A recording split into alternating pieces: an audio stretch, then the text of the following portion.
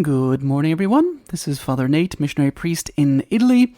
Thanks for joining us today, September 28th of 2024, as we celebrate Saturday of the 25th week in Ordinary Time.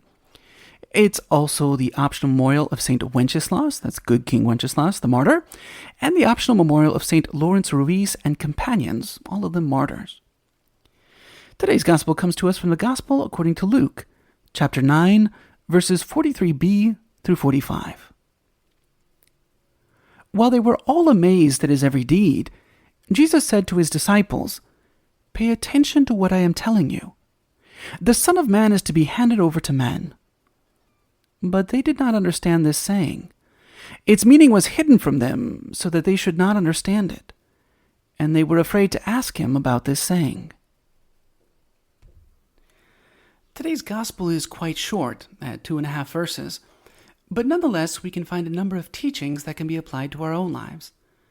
It's important to bear in mind the context of the passage. In Luke's Gospel, this scene takes place after a number of miracles. In the same chapter, for instance, we've had the 12 apostles go out and perform many healings and exorcisms themselves. We've had the multiplication of the loaves and fish to feed 5,000. There's been the transfiguration, and immediately before this, the healing of a boy with a demon. An event which ends with the words, which are actually the first half of verse 43, that, "And all were astonished by the majesty of God." Yet, in the midst of their astonishment and wonder, Jesus gives the second prediction of his passion, a prediction which is entirely lost on the apostles. And it's here that we can consider 3 points that the fathers and doctors of the Church have raised. First, as St. Cyril notes, although Jesus seems amazing and wonderful right now, he knows that his passion and death will scandalize his followers, and that they'll wonder if they were right in thinking he was the Messiah. And thus Christ warns them, and Cyril notes the importance of the word, "Pay attention to what I am telling you." Or, in Cyril's translation, "Let these sayings sink down into your heart." Commenting on this, Cyril writes, that the apostles might know then what was to happen to him, Christ bids them lay up in their minds as a certain deposit the mystery of his passion, saying, "Let these sayings sink down into your hearts." In other words, this announcement is a deposit of the mystery of Christ's passion, so they're not scandalized when it actually takes place. Secondly, the Bishop Titus of Bostra focuses on the amazement of the people, and he notes that while all thus were wondering at the miracles, Christ foretells his passion. For miracles do not save, but the cross conveys the benefit. It's an interesting point. Miracles don't save the soul, at least not the multiplication of loaves or the expulsion of demons or these physical healings. What saves is Christ's passion. Lastly, another father comments on the reaction of the apostles.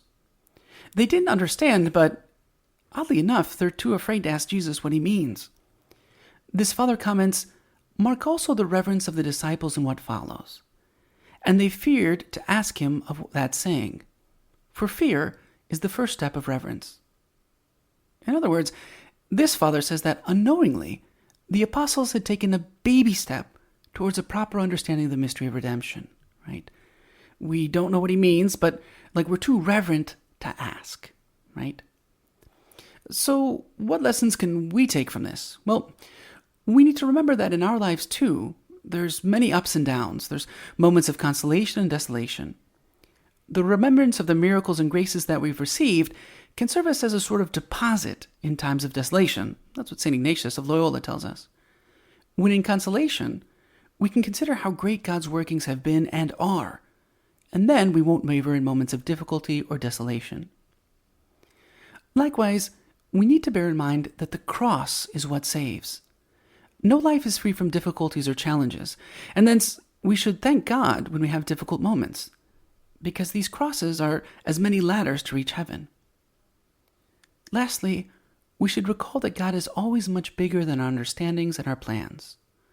What he does is always for the best, even if we don't understand it. Trust in God and a healthy fear of the Lord, meaning a filial fear, one that loves God and wants to serve and please him, helps us to remain faithful. So today, let's pray for the grace to remember and embrace the cross in our daily lives, and thus imitate Jesus and his saints. And we'll ask for this grace through the intercession of Mary, Queen of all saints.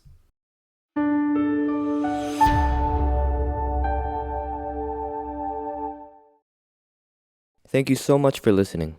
If you enjoyed hearing the gospel and homily, I invite you to share it with someone you know who may also find it rewarding, and also to subscribe to the Catholic Voice channel. Please see in the description below if you would like to receive a text message for each daily gospel and homily. Please also keep our missionary priests throughout the world in your prayers. Thank you, and God bless.